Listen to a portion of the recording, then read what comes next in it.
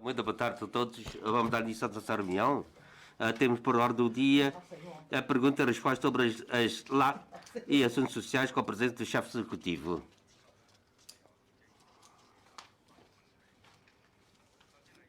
Em nome da Assembleia Legislativa, agradeço a presença do senhor chefe executivo, dos vogais do Conselho Executivo e dos dirigentes nesta reunião.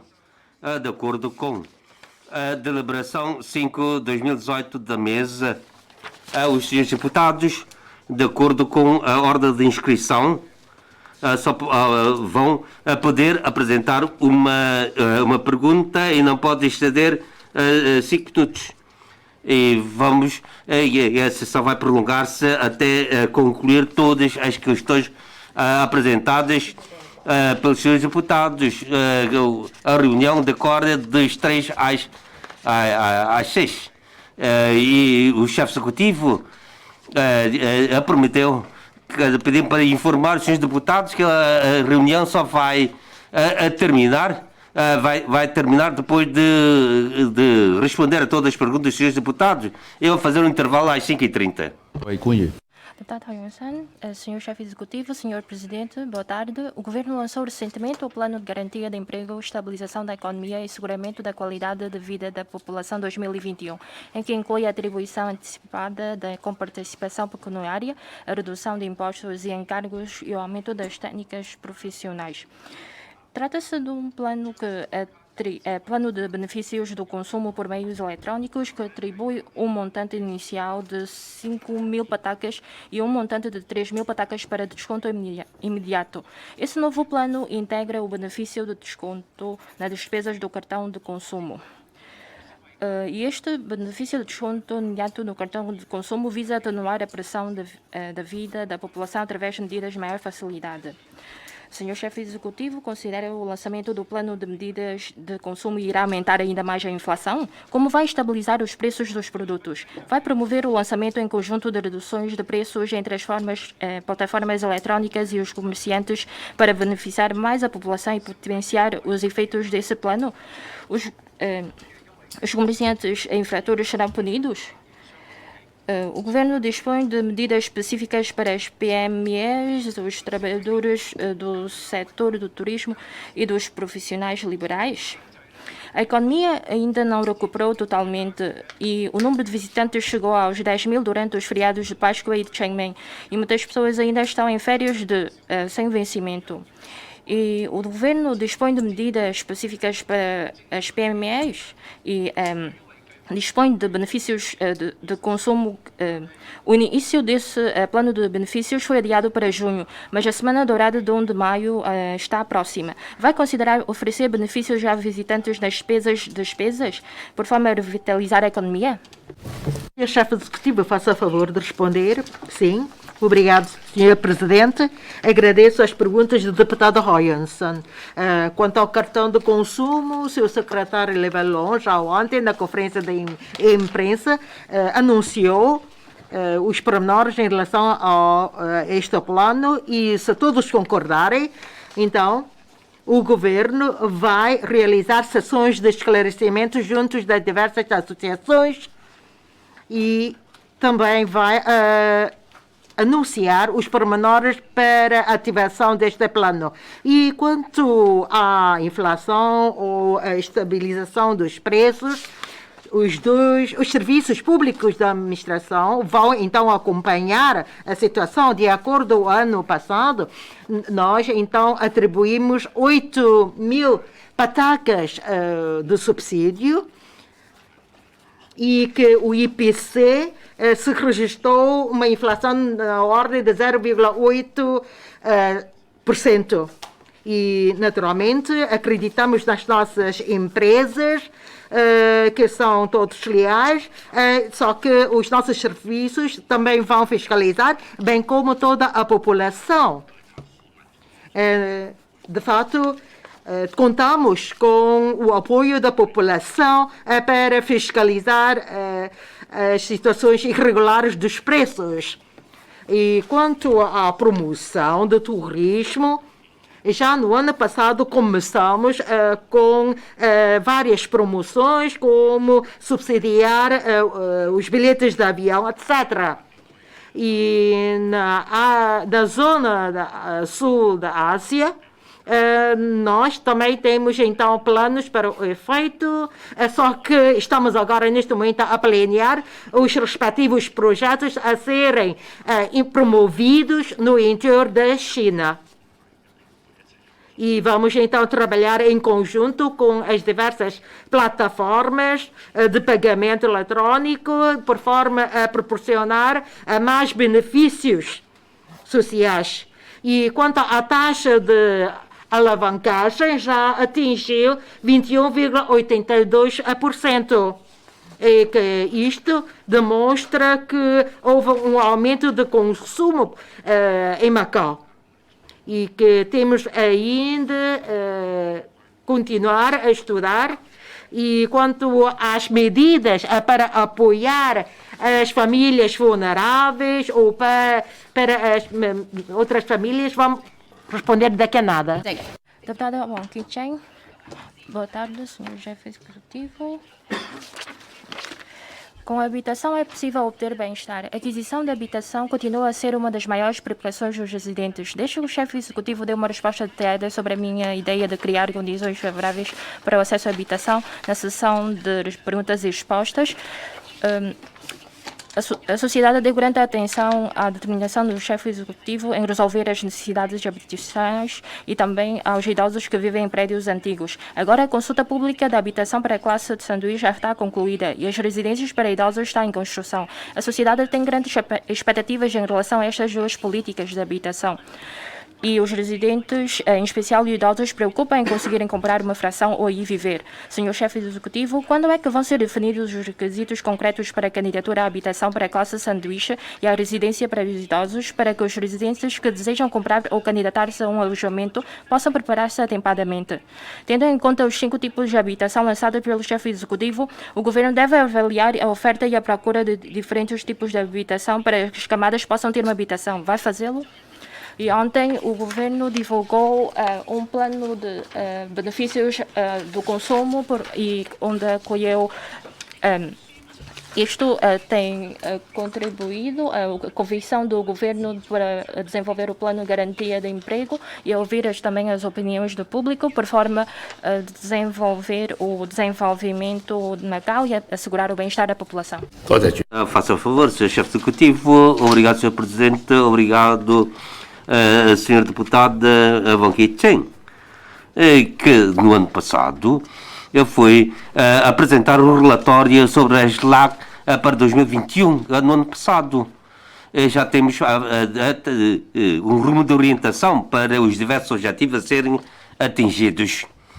E que sobre os respectivos matérias, por exemplo, relativamente à habitação para a classe sanduíche, para a residência dos idosos, com a concordância de todas as pessoas, já temos vindo a promover os respectivos trabalhos. Atualmente, a questão, quer dizer, está a andar a todo vapor as obras, até a conclusão do nosso projeto, porque a residência de idosos inclui o apetrechamento de mobiliários para as frações. Por isso, depois disto, nós vamos entregar ao IASMO para fazer a sua atribuição.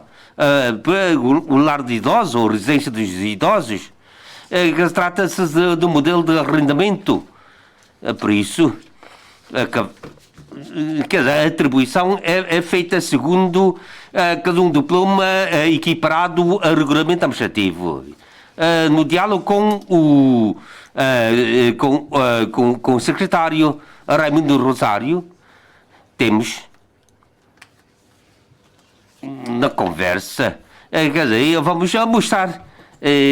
mostrar os andares modelos para os interessados. Nós temos muitos lares para diversas camadas. Mas ela tem capacidade financeira, mas só que vivem em edifício sem elevador.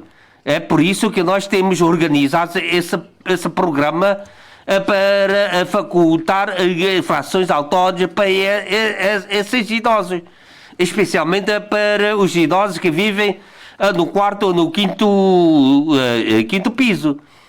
Quer dizer, eles vão ter essa opção. Nós não vamos obrigar as pessoas a mudar para a residência dos idosos. Porque, quer dizer, nesse edifício dispõe de elevador.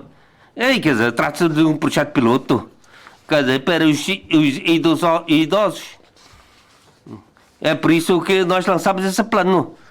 Quer dizer, em abril eu falei sobre esse assunto em 2020 e as obras já tiveram início em dezembro de 2020. Quanto à classe sanduíche da troca de opiniões com os seus deputados, temos lançado uma consulta pública e em finais de abril vamos publicar o relatório. E depois começar com a produção legislativa, porque se tratam de frações a serem vendidas, porque têm de obedecer a determinados critérios e procedimentos, e isto vai ser debatido pela Assembleia Legislativa para se tornar como lei. Quanto à sua construção, que basicamente, se nós já chegamos a um consenso sobre isto, que nós vamos, quer dizer, se tivermos o consenso, vamos para levar avante esse projeto de construção de lares para a classe sanduíche. Que toda a política de habitação não abrange apenas sobre essas duas categorias de pessoas. Que, por exemplo, que é uma verdade. Que muitos dos terrenos já foram recuperados pelo governo e estão integrados no plano diretor. Já temos, quer dizer, o plano diretor já foi lançado, o respectivo consulta pública. Depois é que vamos elaborar o plano de pormenor. Este é, portanto, o nosso trabalho. Uma vez concluído o plano diretor, então, nesse caso, nós podemos definir quais as zonas é que vão ser destinadas ao comércio, à habitação, e que deviam ser promovidas, a construção devia ser promovida pela parte privada. Com certeza nós vamos deixar ao privado essas iniciativas. Por isso, nós só vamos preocupar-nos pela habitação pública, social e económica, habitação para idosos. Quer dizer, porque não podemos pôr de lado as pessoas que necessitam de uma habitação privada. E nós vamos posteriormente vender alguns dos terrenos em asta pública. Quer dizer, nós temos de ter um plano de pormenor para conhecermos qual é a zona que nós vamos desenvolver primeiramente. Por isso, nós temos de ver a procura e oferta do mercado para desenvolver promover toda a nossa política de habitação. Ainda não conhecemos os números. Segundo a estratégia de 2020, o número da nossa população já atingiu 190 mil. 199.700. Quer dizer, incluindo, nós temos muitas habitações, algumas delas com mais de 30 anos de construção, e que se encontram espalhadas nos bairros antigos. Portanto, que nós temos até com a conclusão de cerca de 40 mil habitações públicas. E que a nossa população é de 680 mil. E é por isso que nós temos de saber quantas habitações precisamos. Quer dizer, nós temos os terrenos que podem ser desenvolvidos ou promovidos.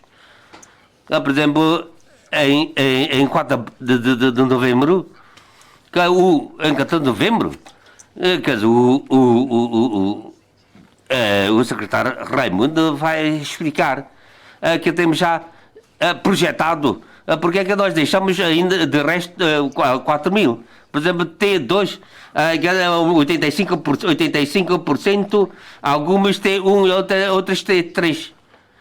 Se depois de lançado os 24 mil, quer dizer, nós temos ainda 4 mil para ajustar a procura, a oferta à procura.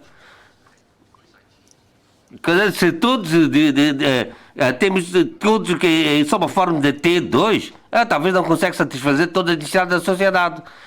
Por isso temos ouvido a opinião dos residentes de que anteriormente temos T2 a mais e menos T3.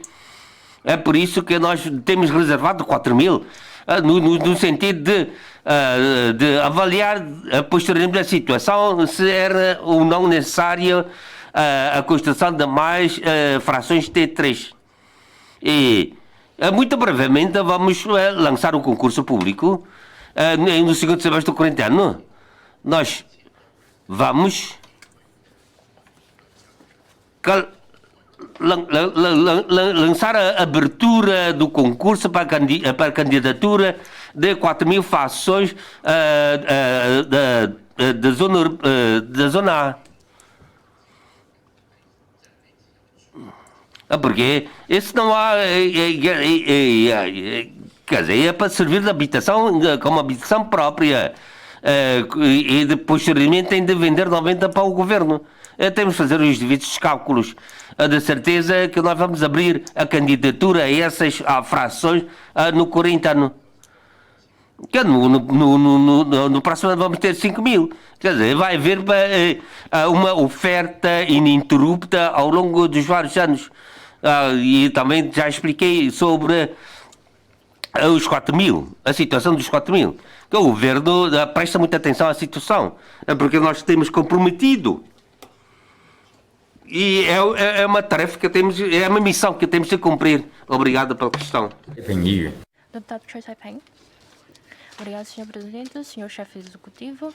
Recentemente, o nosso país procedeu a uma série de conclusões sobre os resultados alcançados dos objetivos e missões traçados no 13º quinquenal e publicou o 14º Plano Quinquenal e os objetivos a longo prazo até 2035, no qual se trata um grandioso plano de desenvolvimento para o nosso país iniciar uma nova viagem para construir plenamente um país socialista moderno e estabelece um programa de ação para todo o povo chinês.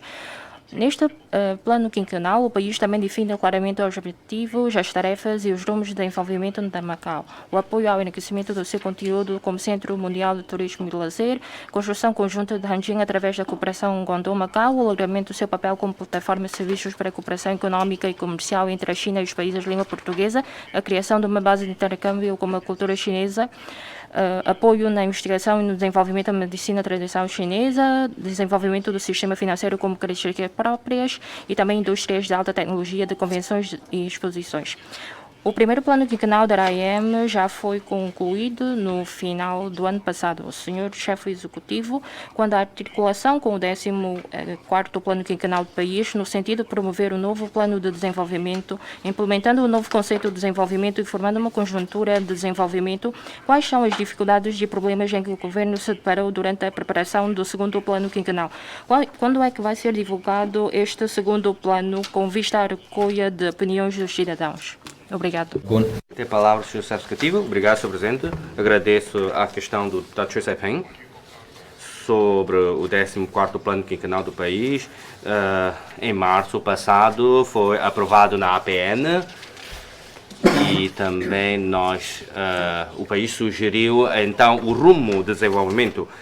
Após isso, o governo RAEM, após de efetuar e tendo em conta a base do primeiro plano quinquenal, tivemos uma reunião com todos os secretários preparando o segundo plano quinquenal da RAEM. O segundo plano quinquenal, talvez pode haver algumas diferenças com o primeiro, porque no primeiro é mais orientativo e o segundo, tendo em conta o nosso trabalho, do nosso mandato,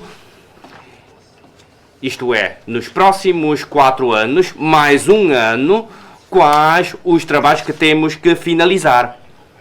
E por isso, nesse plano, não há nenhuma situação em que haja problemas, não há dificuldades. Vamos avaliar quais os trabalhos que podemos fazer, porque o 14º plano quinquenal, o 13º, o 12º plano quinquenal e também dos passados são planos que temos que alcançar, trabalhos que têm que ser alcançados. E por isso, nós em Macau estamos a fazer o nosso segundo plano quinquenal. E é uma continuação das próximas lá. Vamos seguir então as orientações do segundo plano quinquenal e apresentar as próximas LACs. Nós vamos fazer de forma muito pormenorizada e não vamos arrastar. E nós vamos fazer no seio de todas as tutelas das secretarias e que estão dentro, é um trabalho feito pelos nossos colegas. Se o trabalho fosse feito por uma empresa do exterior, talvez seja muito teórico, mas eu creio que o governo consegue então redigir esse segundo plano quinquenal. Eu já estive presente desde o 9º até o 14º plano quinquenal do país e por isso já sei como é que é e por isso os nossos secretários estão a fazer todo esse trabalho do segundo plano quinquenal. Espero apresentar quanto antes a toda a população e também recolher opiniões de toda a sociedade. Muito obrigado. Deputado Wong Sai-man, obrigado, Sr. Presidente, Sr. Chefe Executivo, Srs. Governantes, boa tarde.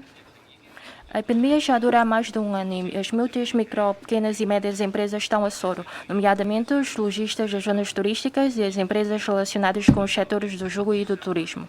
Face às elevadas rendas e custos dos recursos humanos, algumas lojas fecharam portas porque não conseguem suportá-las. Ontem o Governo divulgou o projeto de melhoramento do plano de benefícios de consumo por meios eletrónicos e tendo adotado um modelo de subvenção direta ao consumo com vista a estimular a procura interna e estabilizar a economia. No entanto, este plano tem efeitos limitados nas indústrias das lembranças, convenções e exposições, publicidade, entre outras, que dependem muito dos turistas, do jogo e do turismo.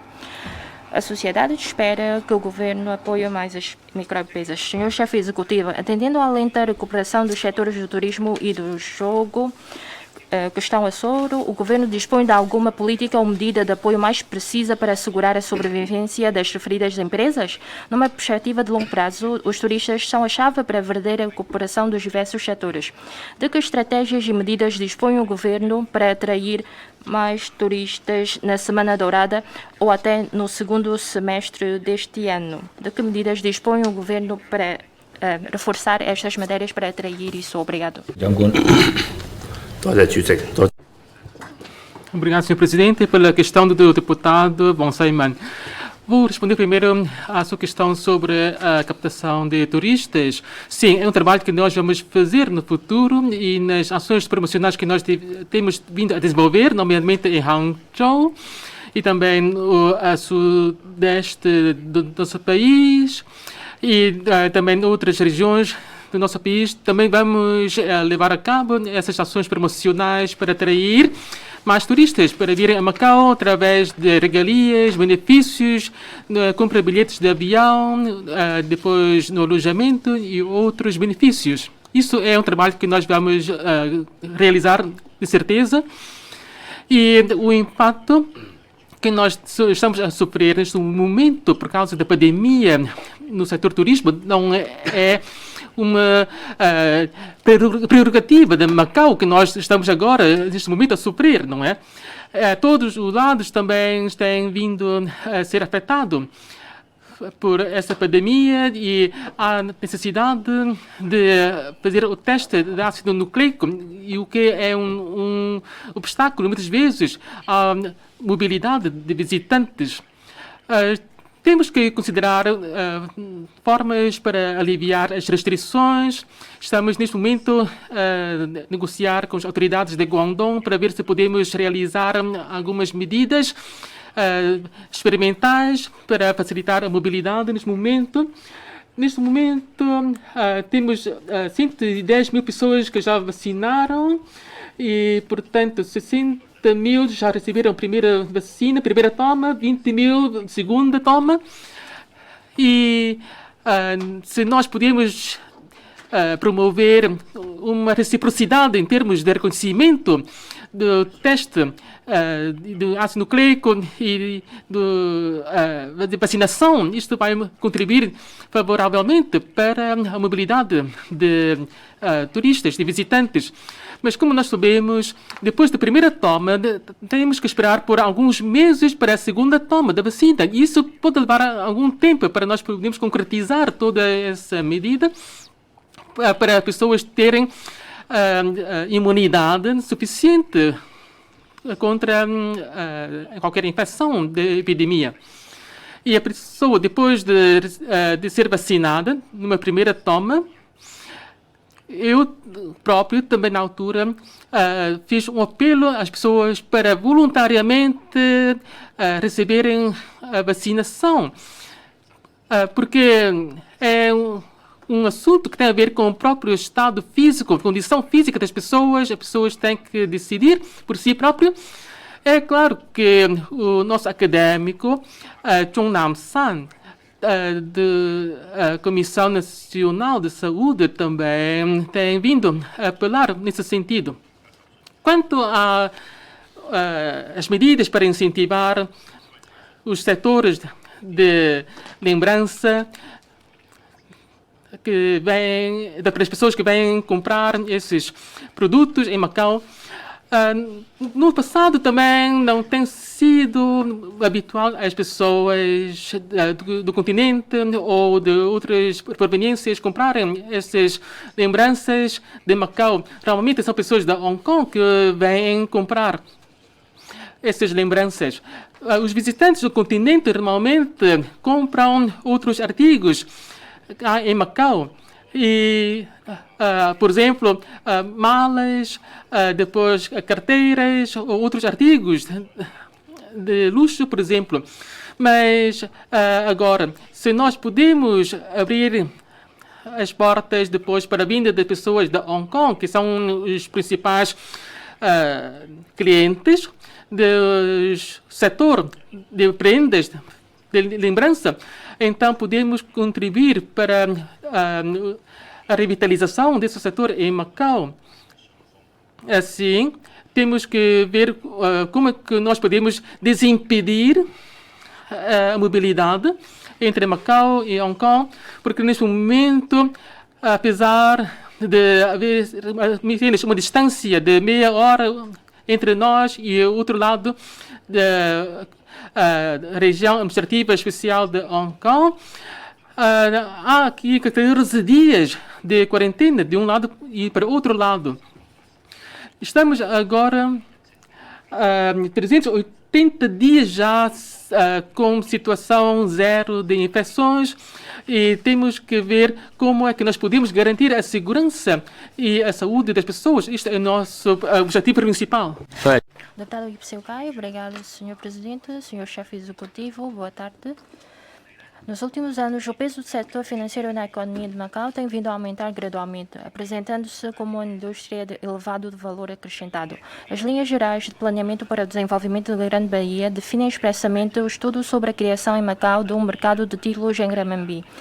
No 14º Plano Quinquenal e nos Objetivos Longínquos de 2035, refere-se que no âmbito de apoio a Hong Kong e Macau, na consolidação e elevação da sua vantagem competitiva, Macau será apoiado no desenvolvimento da indústria da medicina tradicional chinesa, das atividades financeiras com características próprias e indústria de alta tecnologia, promovendo o desenvolvimento da diversificação da economia. Segundo o chefe executivo, as prioridades da ação governativa para 2021 são acelerar o desenvolvimento do setor financeiro moderno, definir leis e regulamentos perfeitos relativos ao sistema financeiro, desenvolver ativamente as atividades de gestão de fortunas, promover a construção do Centro Transfronteiriço de Liquidação em Renminbi e promover o desenvolvimento diversificado das atividades financeiras. Nos últimos tempos, os trabalhos têm registrado algum progresso, consolidando os alicerces do desenvolvimento do setor financeiro moderno de Macau. Mas quanto à criação de Macau de um mercado de títulos em renminbi, na opinião do setor, isto é importante para a integração de Macau no desenvolvimento nacional, para desenvolver as vantagens da plataforma Um País, Dois Sistemas, para promover o desenvolvimento econômico, e tem gerado várias discussões e estudos por parte do governo. No entanto, os progressos substanciais são poucos, ou o planeamento geral ainda não está claro. Senhor chefe do Executivo, de que políticas e medidas dispõe o governo para a interrelação com a estratégia do país para a Grande Bahia, promover a criação de um mercado de títulos em renminbi, com vista à promoção do desenvolvimento dos serviços financeiros modernos de Macau e da diversificação adequada das indústrias? Obrigado. Senhor chefe executivo, faz favor. Obrigado, senhor presidente. Agradeço a pergunta do deputado Ipseu. Quanto ao desenvolvimento do setor financeiro, todos nós prestamos a nossa atenção e sendo, portanto, uma matéria a ser trabalhada nas nossas ações. Naturalmente, não se trata de um trabalho simples. Podemos, então, usufruir muitas vantagens, mas também não nos podemos esquecer dos riscos, porque se algo acontecer, o problema vai ser muito sério. Enquanto governo, e tendo em conta o nosso primeiro passo, não temos ainda a respectiva base, porque o Centro de Títulos em renminbi é um trabalho que vamos fazer, mas só que temos os nossos pressupostos. Já temos, então, a nossa legislação, que é boa, e devemos também aproveitar as obrigações, o mercado das obrigações, para melhor avançar com o seu teor. O trabalho está a ser desencadeado gradualmente. Até o terceiro trimestre de 2020, os títulos de dívidas emitidos já atingiram 47 tipos. E o montante envolvido é de cerca de 30 milhões, perdão. 30 mil milhões. E o seu secretário para a Economia e Finanças já está a trabalhar na legislação para o efeito. E vamos, então, numa fase posterior, proceder à consulta de opinião e também pela elaboração das leis e regulamentos, e que já, da nossa parte, já realizamos diálogos sobre a criação do sistema de custódia central de títulos, porque neste momento ainda não existe em Macau o regime de registro ou de inscrição. E por isso, estamos no interior da China tem o sistema de custódia central de títulos que é estabelecido.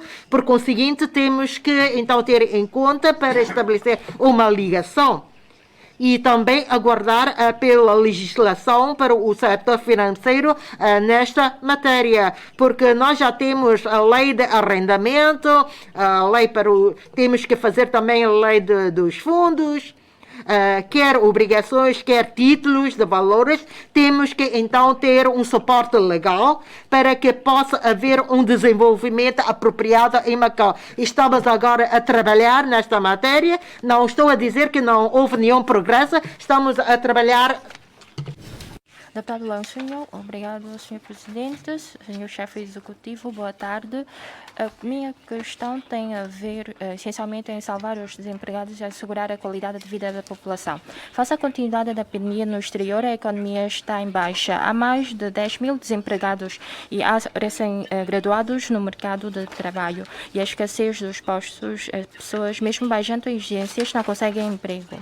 Por exemplo, mesmo sem falar da capacidade para trabalhar, pedir um desemprego na área administrativa para trabalhar na construção civil é algo que as empresas do setor não aceitariam. E o inverso seria a mesma coisa.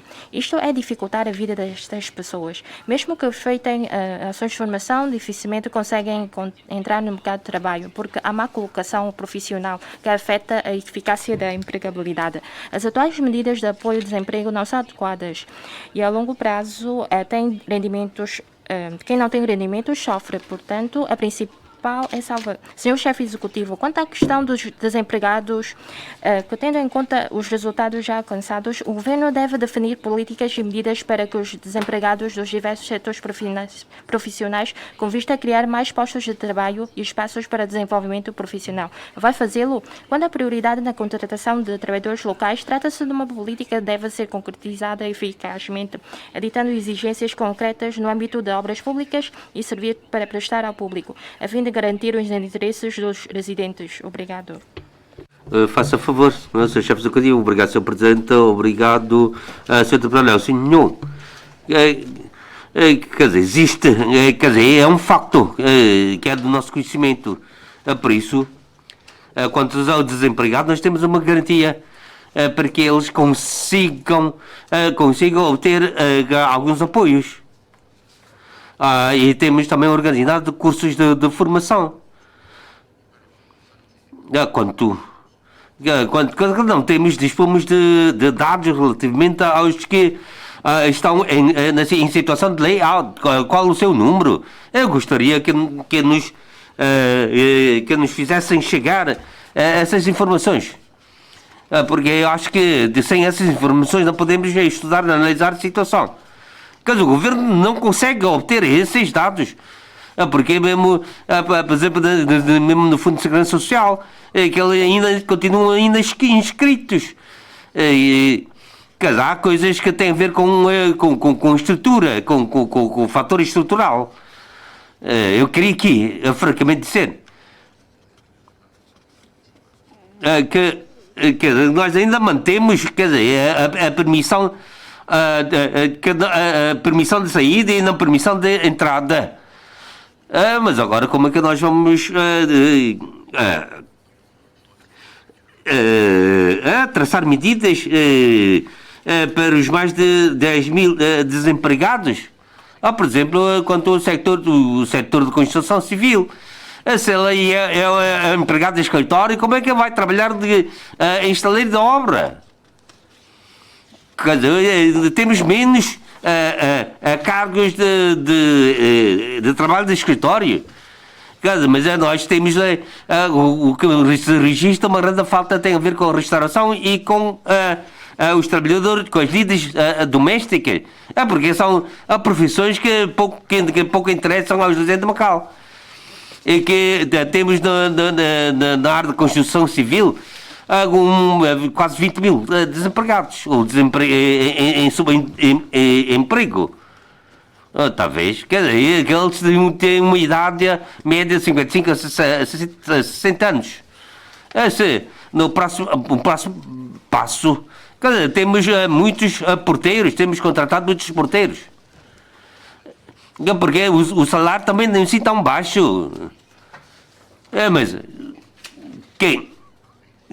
Você pode dispor de uma lista das pessoas que estão interessadas nessas funções. Que não vale a pena discutir ininterruptamente essa questão.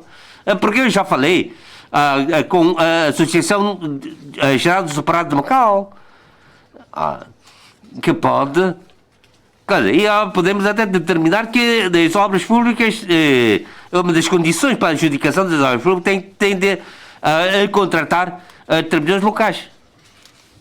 E a questão foi levantada pelo deputado Leoncinho, eu gostaria de ter uma relação do número dos desempregados dos diversos setores e quem que estão interessados, porque exige um esforço físico que é completamente diferente. Por exemplo, quanto ao pessoal de segurança, se ele tem ou não essa força e energia para esse trabalho.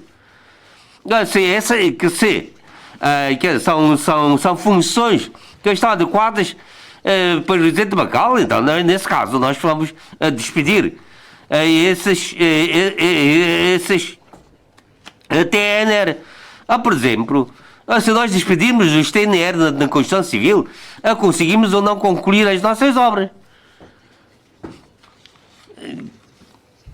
Quer dizer, porque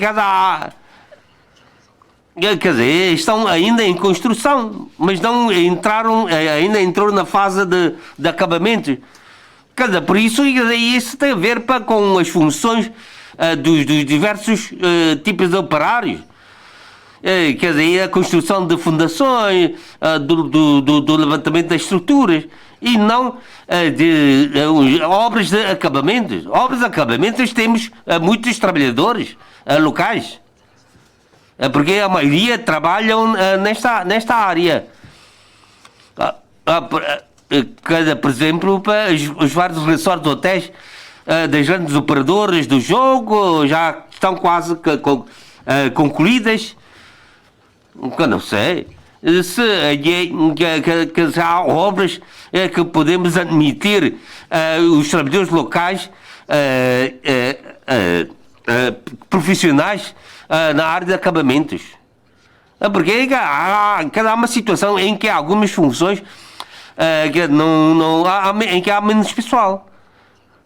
Por exemplo, a grande maioria das obras de acabamento já se concluíram.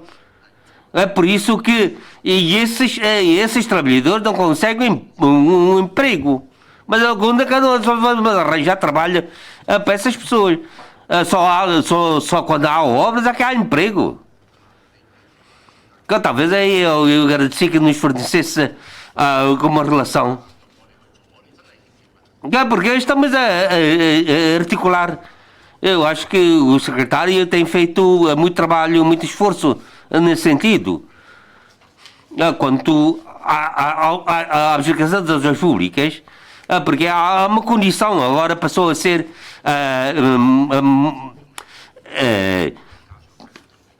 uma condição em que se exige a contratação de trabalhadores locais.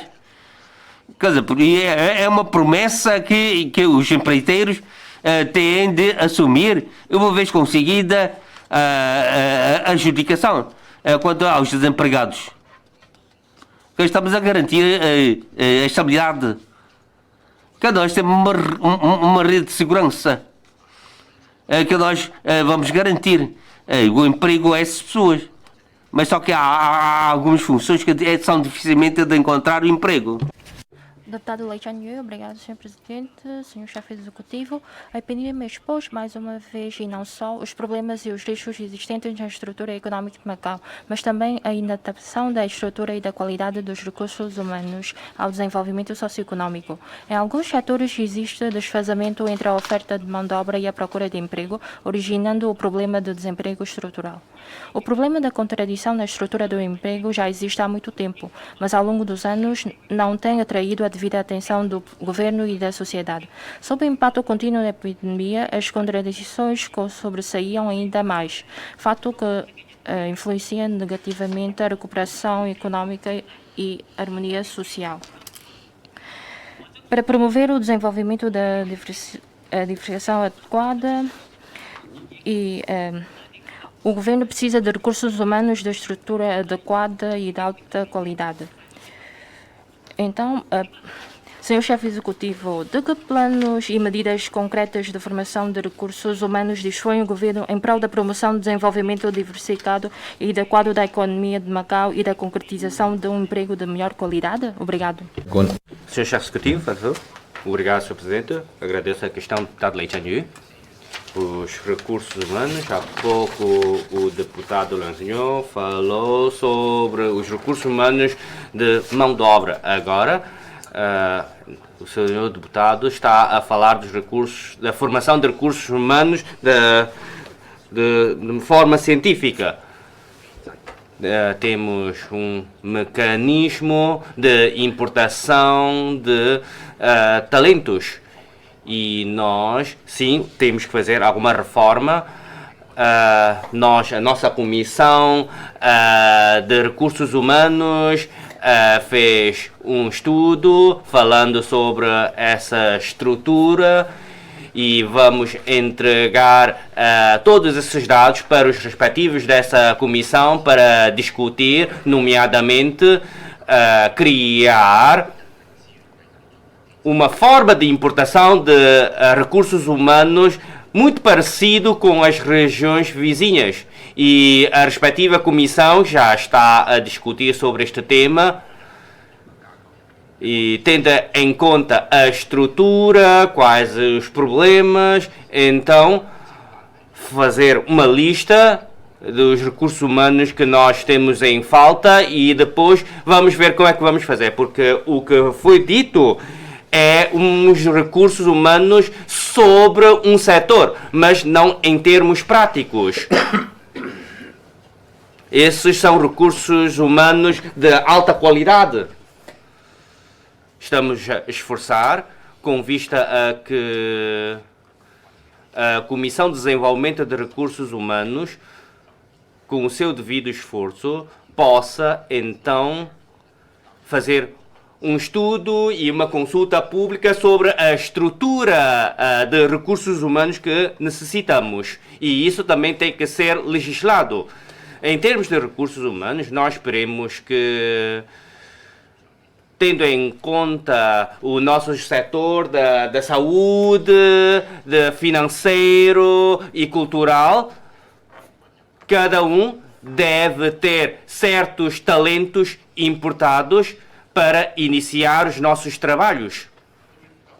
Porque atualmente há algumas controvérsias, porque nós temos só uma economia muito virada para o jogo e quando agora estamos a ter um ajustamento nesta indústria, temos recursos humanos a mais.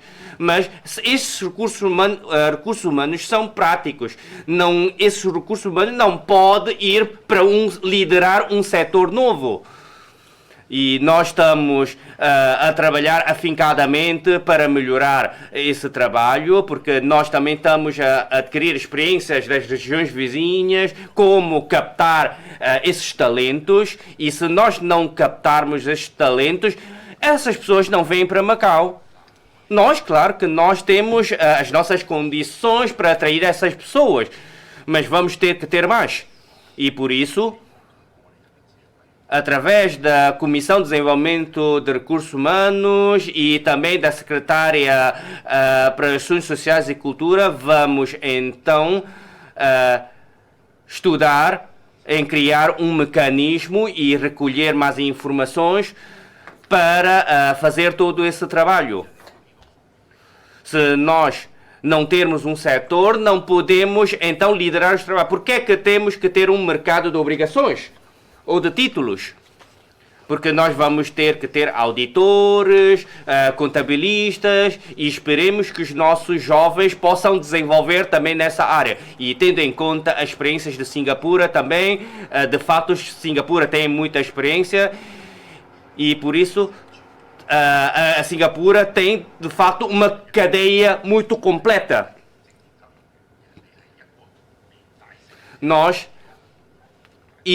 O setor financeiro está relacionado também com outros setores de forma em cadeia. E por isso, com o esforço de todos, e nós também vamos legislar apresentando uma proposta de lei à Assembleia Legislativa para continuar com o nosso trabalho. Muito obrigado. Deputado Machi Singh. Obrigado, Sr. Presidente, Sr. Chefe Executivo. Boa tarde. Em primeiro lugar, gostaria de agradecer ao Sr. Chefe Executivo e à sua equipa sobre a sua liderança, os esforços envidados e os resultados obtidos na prevenção e controle da epidemia.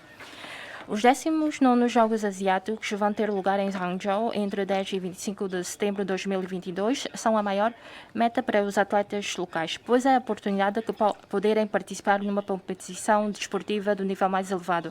Mas devido à Covid-19, muitas competições locais e do exterior foram canceladas ou adiadas. E o treino dos atletas locais também chegou a ser suspenso, o que afeta as condições psicológicas dos mesmos. Apesar da abertura gradual desses estabelecimentos, o treino dos atletas ou aqueles que participam em competições. Segundo muitos atletas, a competição é melhor do que oportunidade para elevar a sua capacidade, porque só treinam, não participam nas competições, não conseguem saber o seu nível.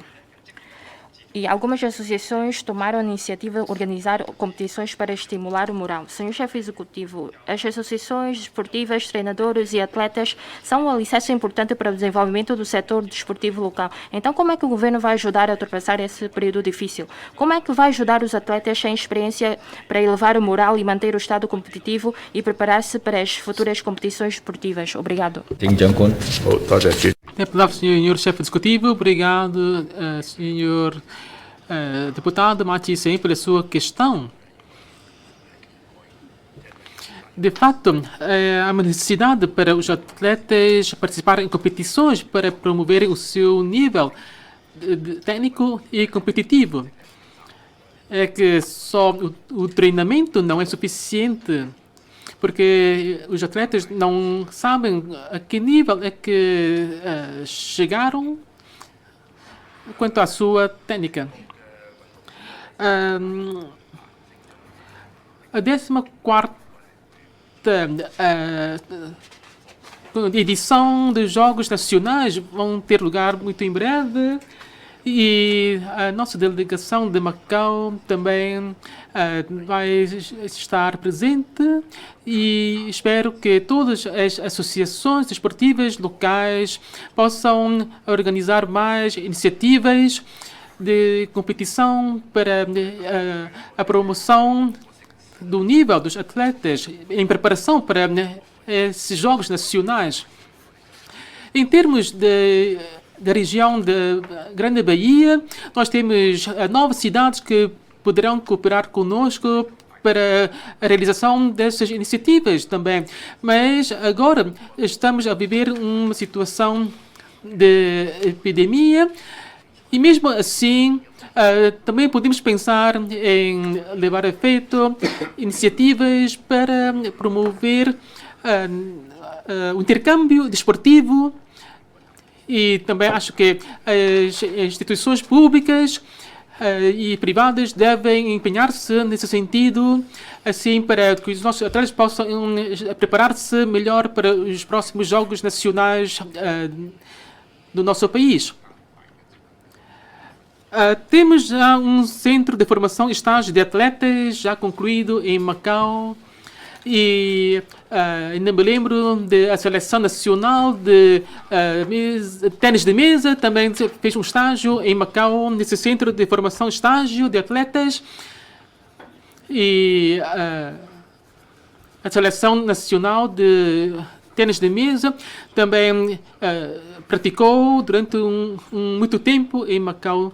Assim, nós temos condições para os nossos atletas locais poderem também treinarem com as instalações que neste momento temos e também promover o intercâmbio com as associações ou atletas do continente, porque o intercâmbio com o exterior não é neste momento muito viável. Muito obrigado. Deputado Lei Cheng-Ye, obrigado. Agora também queria perguntar sobre o planeamento das habitações, porque os preços de imóveis são caros e as pessoas não conseguem suportar. E em 2019 foram recebidas mais de 30 mil candidaturas para apenas 3 mil frações. E sabendo que os candidatos que têm idade de casar e não conseguem comprar habitações para a classe sanduíche nem do mercado privado, por isso estão aflitos, por isso não conseguem esperar. E o governo já tem já tem um plano para a construção na Zona A, mas segundo o plano da Avenida Vailon, anunciado há pouco, o número de facções foi reduzido e os residentes deparam há vários anos rendas e preços de habitação elevados. Por isso, esperam que o governo reserve terrenos suficientes para reunir condições para aumentar a oferta, a fim de apoiar os residentes. Senhor chefe executivo, quanto ao planeamento que foi revisto, o governo já reservou planos apropriados para a construção de habitação para a classe sanduíche e também residências para idosos. E quanto as condições para a candidatura são alteradas, não sei se dispõe terrenos para aumentar a oferta dessas habitações. Quanto à qualidade das habitações, que sempre preocupam as pessoas, porque houve também a queda de tijolos, por exemplo, que são coisas que preocupam bastante os moradores. E no futuro o governo vai construir habitações públicas. E como é que o governo vai assegurar a qualidade dessas habitações? Obrigado. Senhor chefe executivo, faça favor. Obrigado, senhor presidente. Agradeço as perguntas da deputada Leitengue. A questão de habitação, sem dúvida, é a questão que mais se preocupa a nossa população e, portanto, o governo dá toda a devida atenção. Nós já injetamos cerca de 180 milhões de patacas nas infraestruturas e na Zona A, as 28 mil habitações públicas já foram divulgadas e na Avenida Vailon, como temos de construir um túnel, e como o senhor secretário Raimundo do Rosário já fez uma apresentação sobre a alteração das obras. Entretanto, este projeto não é ainda definitivo.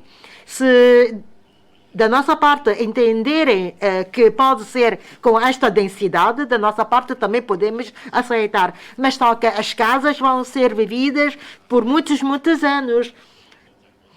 Daí que o que estamos agora a pensar, será que aquele projeto é adequado? Porque isto é diferente do mandato do governo anterior, porque na altura não havia terrenos suficientes. Deste mandato nós temos terrenos, recursos solos suficientes. Daí que temos que também considerar o meio ambiente da habitação para os nossos residentes.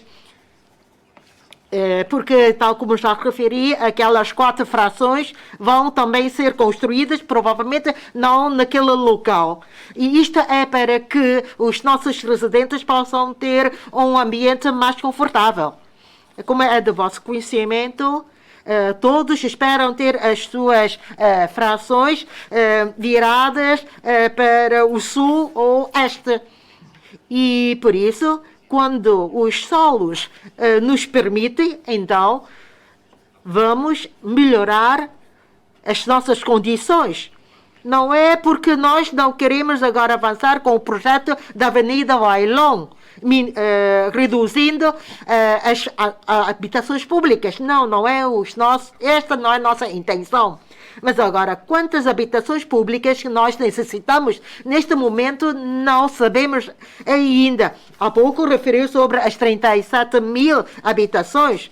Mas vamos então já continuar com 28 mil habitações públicas. Só depois desta conclusão, quantas habitações ainda estão em falta? Temos que também considerar. Ou será que há pessoas que não querem comprar habitações económicas, porque aqueles que já têm uma habitação económica provavelmente já não vai então comprar uma habitação para a classe serviço, porque não podem usufruir em simultâneo os dois projetos. Daí que todos nós devemos ser prudentes. E ainda há pessoas que estão agora a viver em frações do setor privado, então, que ocupam cerca de 70%, em que nós não nos podemos esquecer, não porque estamos agora a proteger para que os preços dos imóveis não caiam, mas só que não nos podemos esquecer se os 70% dos nossos residentes que têm imóveis privados, se um dia para o outro os preços caírem do setor imobiliário privado, vai ser um problema. Temos que então pensar. Porque a lei da investigação econômica antiga, de fato, contemplava as condições e necessidades da altura. E quando nós alteramos a lei inicial da habitação econômica, o preço, quando o comprador quiser vender a sua fração econômica, tem de então vendê-la ao governo. Naturalmente, da nossa parte, esperamos que os residentes não mudam constantemente as suas frações. Daí que temos que construir as frações com uma qualidade aceitável. Como podem saber, temos de ter diferentes tipologias, T1, T2 e T3. E quanto à questão da qualidade, de fato, se verificou no passado problemas, o despreendimento de mosaicos, de tijolos, etc. E temos de tirar a lição através dessas realidades e que devemos, então, evitar a utilização de tijolos para as faixas das paredes.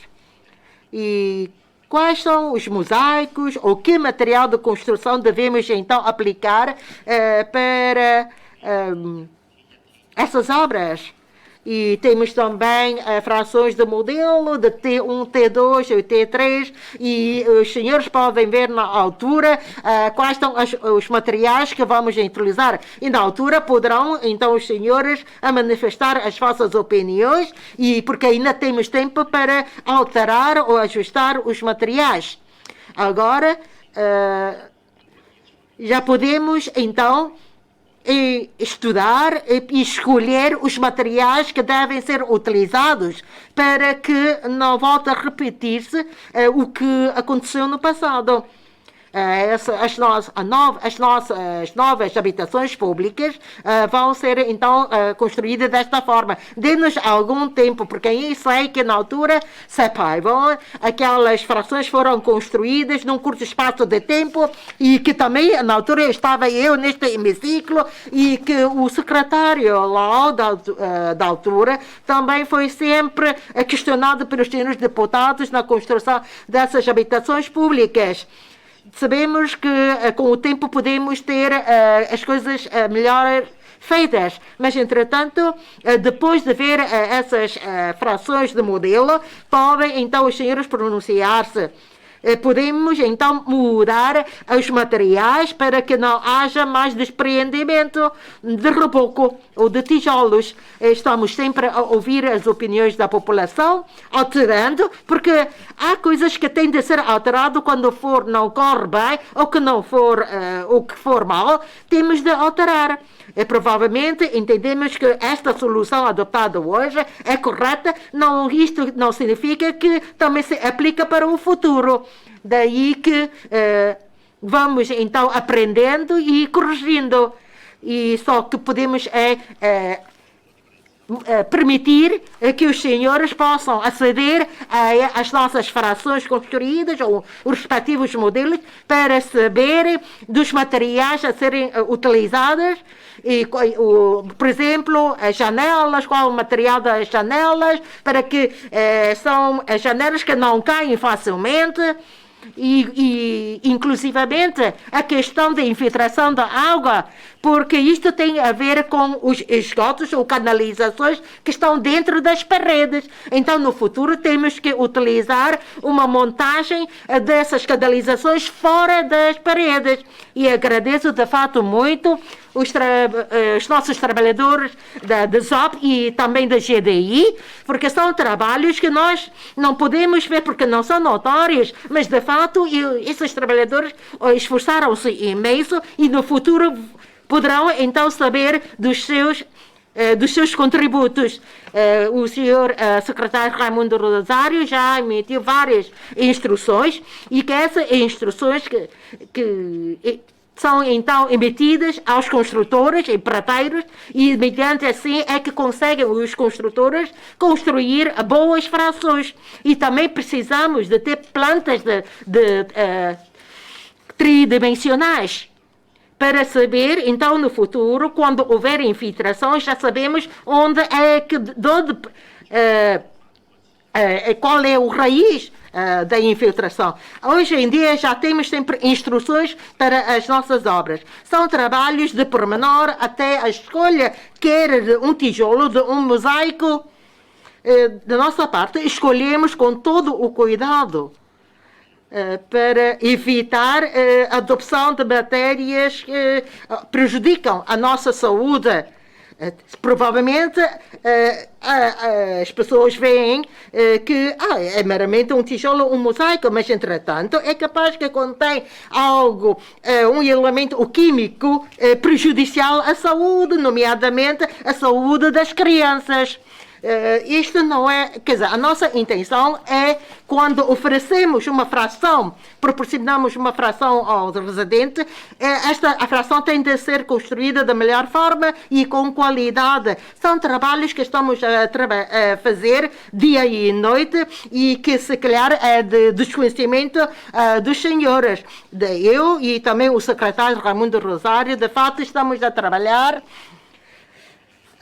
arduamente e tal como acontece com a questão da infiltração das águas, que estamos também agora a estudar, a trabalhar para que essas canalizações ou esgotos não sejam escondidas nas paredes. Temos que então alterar esta situação.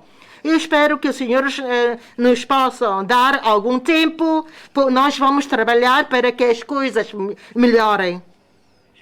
Esperamos que nesta fase possamos então envidar os nossos possíveis, os nossos esforços.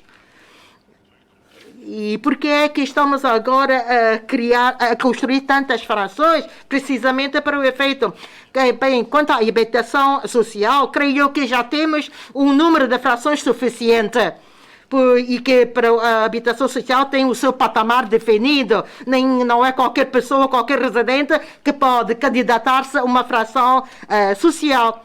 E com os esforços dos últimos governos, já conseguimos resolver as questões relacionadas com a habitação social. Ora, agora temos que trabalhar na habitação econômica, para classe sanduíche e também para os idosos. E também do setor privado. Mais uma vez, este último setor privado, esses edifícios do setor privado não vão ocupar os terrenos destinados à construção de habitação pública, porque também tem um número definido para a construção de edifícios privados. Porque já agora existem muitas frações de edifícios privados no nosso mercado, muitos ainda são desocupados. E porque algumas dessas frações provavelmente têm uma área muito grande e que neste momento é muito difícil de serem vendidas.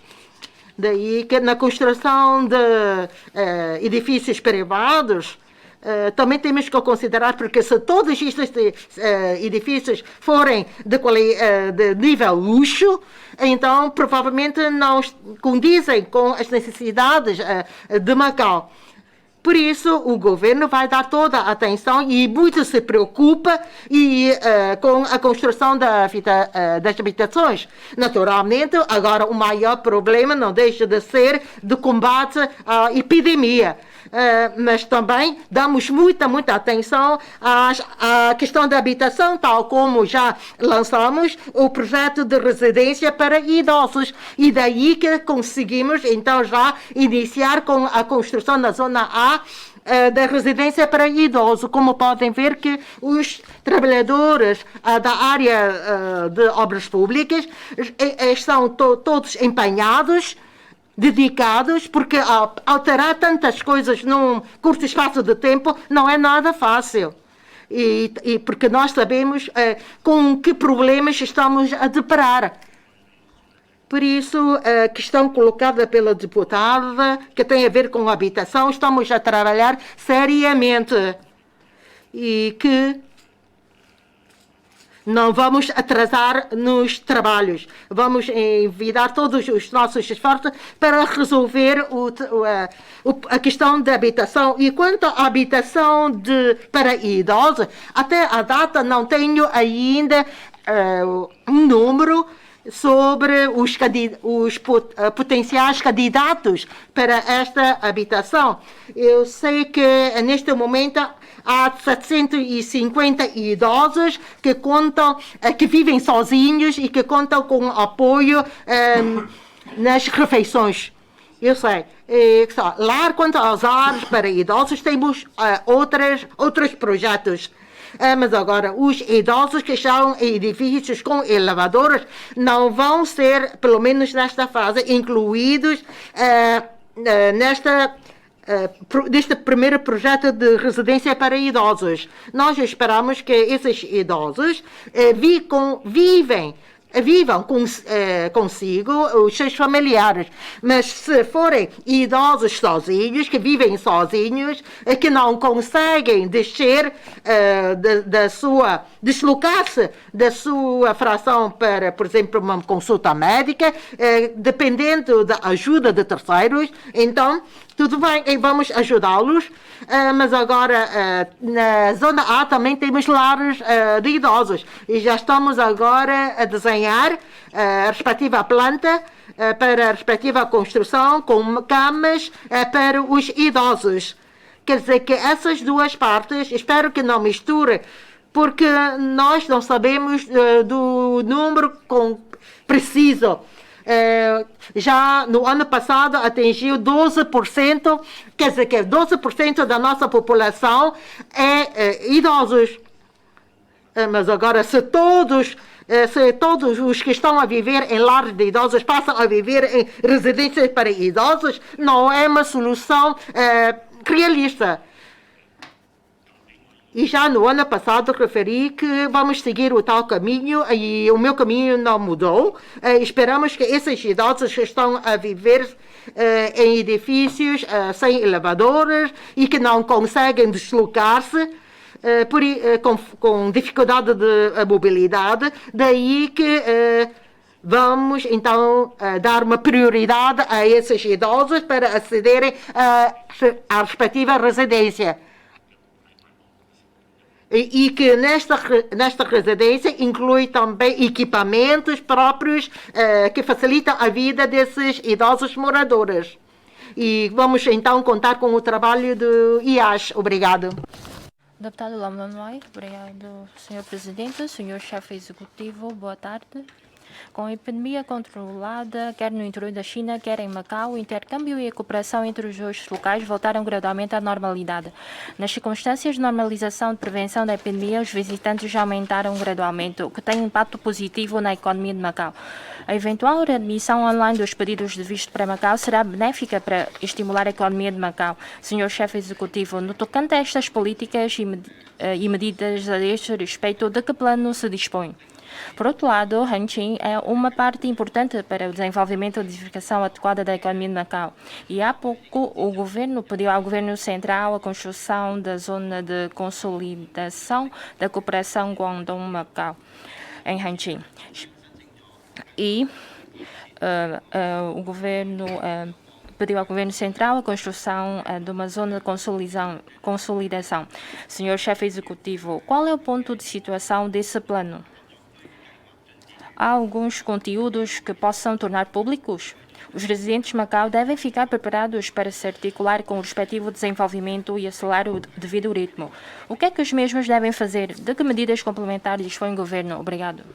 Faço favor, chefe executivo. Obrigado, Sr. Presidente. Obrigado, Sr. Deputado Lamelano. Vai. Relativamente à sua questão sobre a emissão de vistos online, quer dizer, temos dialogado com alguma intensidade com os representantes, com as autoridades da China, se é essa a forma para a emissão de vistos, é a forma como são emitidos, decididos pelo Governo Central.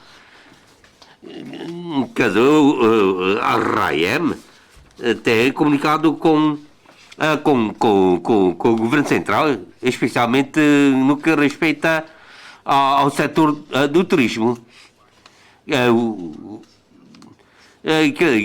Desde que concordo com a forma por nós proposta para a emissão de visto. Pode ser tanto por online, ou a pedido, quanto à zona de consolidação da cooperação Guadalão-Macau, em Hangqin, que foi já apresentado, que esse plano tem que ser concretizado ainda no corrente ano. Por isso, ainda estamos a aguardar que esse seja publicitado pelo Governo Central, porque eu não posso adiantar, preceder antes da sua publicitação pelo Governo Central. Quanto à deslocação dos residentes de Macau para Hangqin, isso depende do nosso futuro plano. E para ver quais as facilitações com esse plano, se ele consegue atingir as nossas exigências, que não passe do que atualmente gozamos, então há que haver uma articulação. Por exemplo, para a circulação de automóveis, quer dizer, os residentes de Macau podem requerer. Quanto a outros meios de transporte, porque nem todos vão conduzir, ou vão no seu próprio carro. Por isso, quer dizer, quando tiver mais pormenor, isso vai ser apresentado aos senhores deputados da Assembleia Legislativa. Vamos fazer um intervalo de meia hora.